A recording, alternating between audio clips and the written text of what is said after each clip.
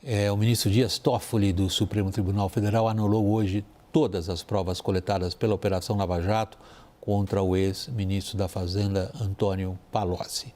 Reportagem de Luciana Amaral.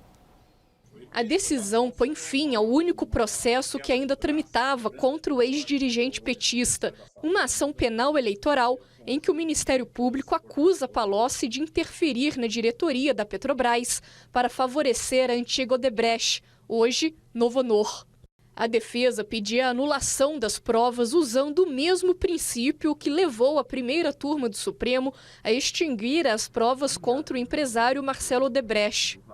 Advogados afirmam que procuradores da Lava Jato e o então juiz Sérgio Moro atuaram em conluio para perseguir réus do caso, que ficou conhecido como Petrolão, e mostram diálogos obtidos por um hacker que provariam a articulação entre a acusação e o magistrado. Em um deles, Moro teria sugerido ao chefe da Força-Tarefa, Deltan Dallagnol, que uma das procuradoras fosse treinada para inquirir investigados.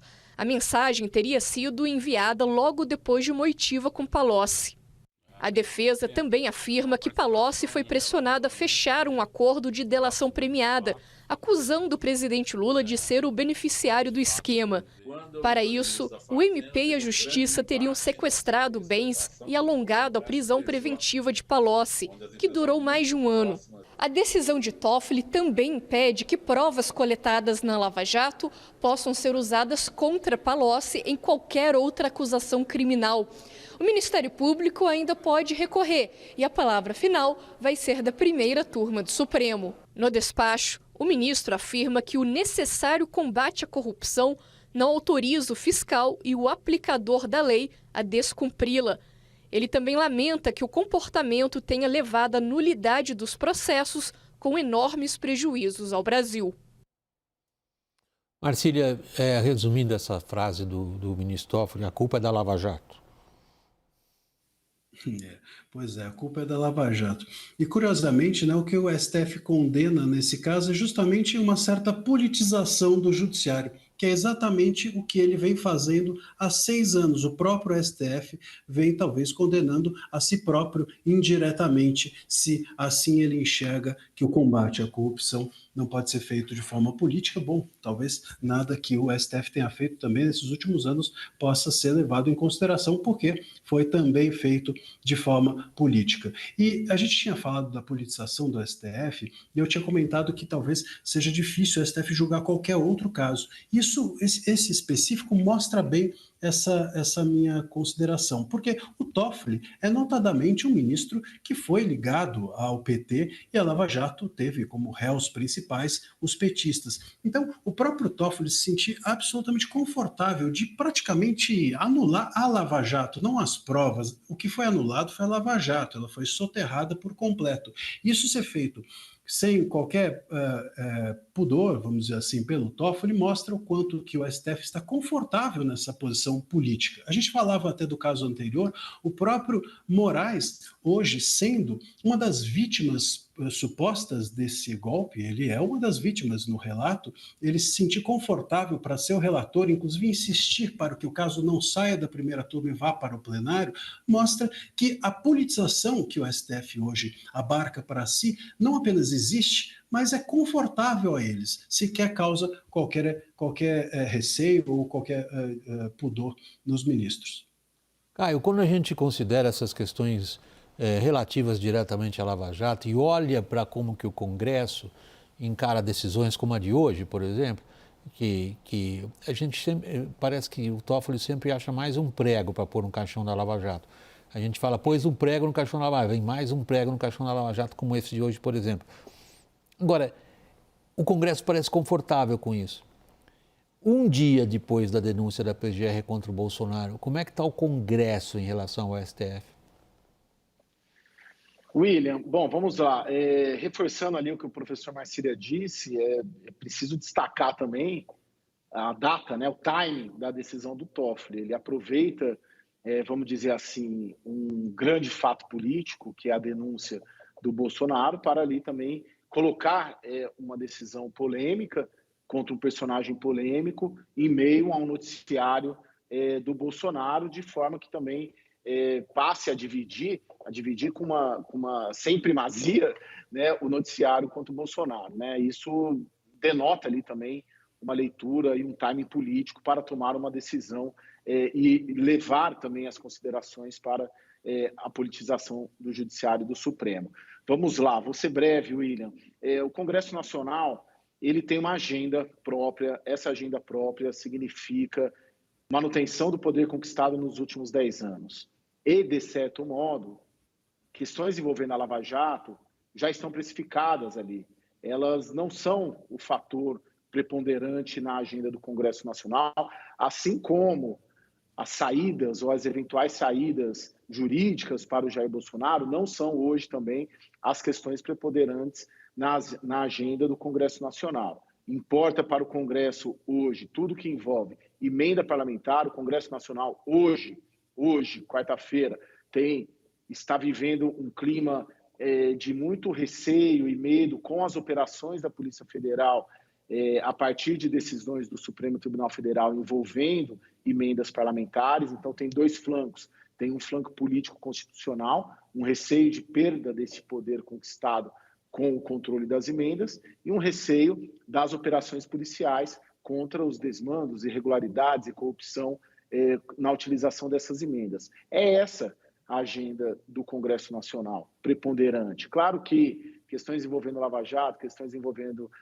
Bolsonaro acabam passando ali, mas numa minoria. Eu colocaria de 594 parlamentares, talvez 50, né? Estamos falando de 10% do Congresso Nacional. Não é a agenda prioritária, não sinto que seja a agenda prioritária. Jussara, é bom essa menção que o Caio acaba de fazer ao que está acontecendo agora. Não se trata de olhar para trás, para a Lava Jato, ou olhar a questão do julgamento do ex-presidente Jair Bolsonaro. Se trata de ver em que medida as lideranças, sobretudo as lideranças partidárias dentro do Congresso, se sentem de uma forma ou de outra alvo por parte do STF em relação a emendas, à transparência e ao emprego dessas emendas.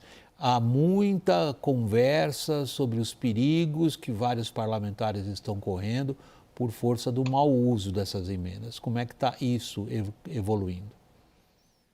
Olha, William, o que a gente observa aqui é que, diante dessa expectativa, vai ter uma reunião que está marcada no dia 27 de fevereiro com o ministro Flávio Dino para tratar justamente isso. Mas um dos pedidos é justamente, eles dizem a defesa da prerrogativa do Congresso e mira justamente não apenas a defesa das emendas, que o Congresso continue tendo um poder maior sobre essa distribuição dos recursos federais, mas também uma proteção em relação a essas operações que têm mirado os parlamentares e muitas vezes, inclusive, gabinetes e também apartamentos funcionais desses parlamentares. Então, há um embate em relação a isso e, de certa maneira, o que a gente observa aqui também é que eles, pelo menos a atual cúpula aqui do Congresso, diz que disposto a conversar, encontrar um entendimento com o Supremo Tribunal Federal. Mas há também ali na gaveta muitas medidas, muitos projetos justamente tentando mirar o Supremo Tribunal Federal. Então, creio que esses pacotes todos, muitas vezes patrocinados, fica muito na conta dos parlamentares de direita, né, por causa até desse embate com o ex-presidente, por causa do ex-presidente Jair Bolsonaro. Isso tudo fica ali na gaveta em algum momento para poder ser sacado e aí como uma forma de pressão. Fato é que essa questão das emendas são um outro componente político nessa tensão entre os poderes. A gente vê, claro, que essa questão, muitas vezes, desse embate com o STF polarizado aqui chamado pelo bolsonarismo, mas quando entra a pressão das emendas e o ministro Flávio Dino com essas decisões recorrentes em relação a isso, pedindo a transparência, a rastreabilidade, isso acaba ganhando corpo muito mais para além da direita e, claro, principalmente no central. Arcília, ali o ministro Flávio Dino tem um ponto. A gente pode, evidentemente, entre nós, a gente pode divergir bastante sobre o quanto se considera benéfico, positivo ou, digamos, bom para o sistema de governo brasileiro, quando o Legislativo assume uma série de prerrogativas tradicionalmente colocadas para o Executivo, quanto que isso é culpa do Executivo e o que vai, mas o princípio da transparência ele é essencial. e é nele que o ministro do Supremo se apoia para cobrar do Congresso uma conduta que o Congresso espertamente sabe manobrar. Como você vê isso evoluindo? Pois é. Aliás, a gente falou do Toffoli mexendo com a Lava Jato, o Moraes com esse golpe, curiosamente o Dino mexendo com as emendas parlamentares. Parece que os ministros do STF são designados aqui por expertise, né, e não por sorteio, mas de qualquer maneira, o que o Dino faz, claro, se você for pensar do ponto de vista moral, é correto. Claro, as emendas precisam de transparência porque isso diz respeito a todos nós, não apenas aos parlamentares. Mas exigir transparência do parlamento é uma coisa. Fazer com que impor a eles a transparência é outra. Gerenciar a transparência ou administrar essas emendas, que às vezes parece que é um pouco isso que o ministro Dino vem fazendo, é que me parece o estranho dessa história, né? O STF e os seus ministros não têm de gerenciar o parlamento e nem os seus erros e acertos. Eles têm que cobrar ou exigir ou impor que, por meio de decisões, o parlamento chegue à sua própria transparência, seja cobrado de nos entregar a todos, cidadãos, a transparência que essas emendas devem ter. Às vezes, essa questão de soltar uma emenda, soltar outra, fazer algo a conta-gotas, ou enfim, isso me parece fugir um pouco a tarefa de um ministro. Essa administração é do parlamento. A exigência de transparência, sim, é algo que o STF deve decidir e só. Deve parar por aí e entregar a bola ou a batata quente para que o próprio parlamento se resolva.